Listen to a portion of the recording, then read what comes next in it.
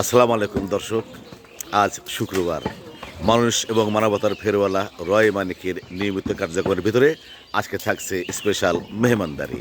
স্থানীয় একটি মাদ্রাসা এতিমখানায় মেহমানদারি হবে এবং এই মেহমানদারিতে আজকে কি কি খাওয়ানো হবে, কেমন রান্না হচ্ছে সেটা এখন দেখাবো আপনাদের। আসুন আমার সাথে এবং দেখুন।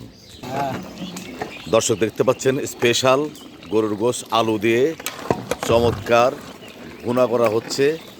আমার ভাতিজা তানভীর ইসলাম জয় দেখেন কি সুন্দর করে রান্না করছে, ও সহযোগিতা করছে। মূল শেড তো আছে আমাদের মোতালেব ভাই, তার সাথে আছে আমাদের আর এক মামা চাঁদ মামা।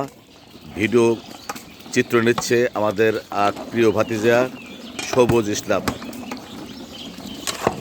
দেখতে পাচ্ছেন গরুর গোশ।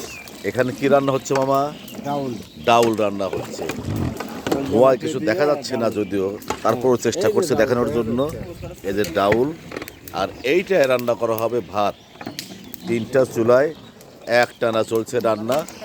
আজকের দুপুরে এই রান্না করা খাবার নিয়ে আমরা যাব স্থানীয় একটি মেহমানখানায়, এতিমখানায়।